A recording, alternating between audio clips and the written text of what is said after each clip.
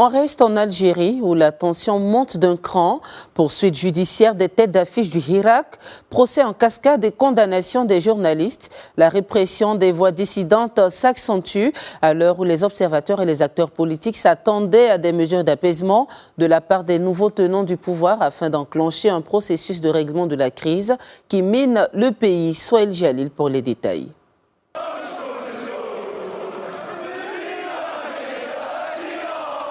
En Algérie, le régime serre la vis pour museler le mouvement populaire de protestation. Depuis mars dernier, le pouvoir et ses partisans sont passés à la vitesse supérieure. Selon ses détracteurs, la pandémie a été mise à profit par les autorités pour durcir la répression et tenter de confiner le mouvement de contestation qui dérange le système. Toutefois, les manifestants, loin de se rétracter, clament haut et fort qu'ils sont loin de courber l'échine. Combien êtes-vous, vous qui avez trahi notre pays? 40, 100, 200?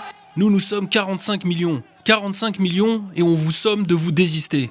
Sur fond de pandémie, des activistes, des journalistes ou encore de simples citoyens ont été arrêtés à leur domicile pendant le confinement, une atteinte flagrante à la liberté de l'expression qui pousse les manifestants à hâter le comeback de leur mouvement salutaire et de le mener à bon port.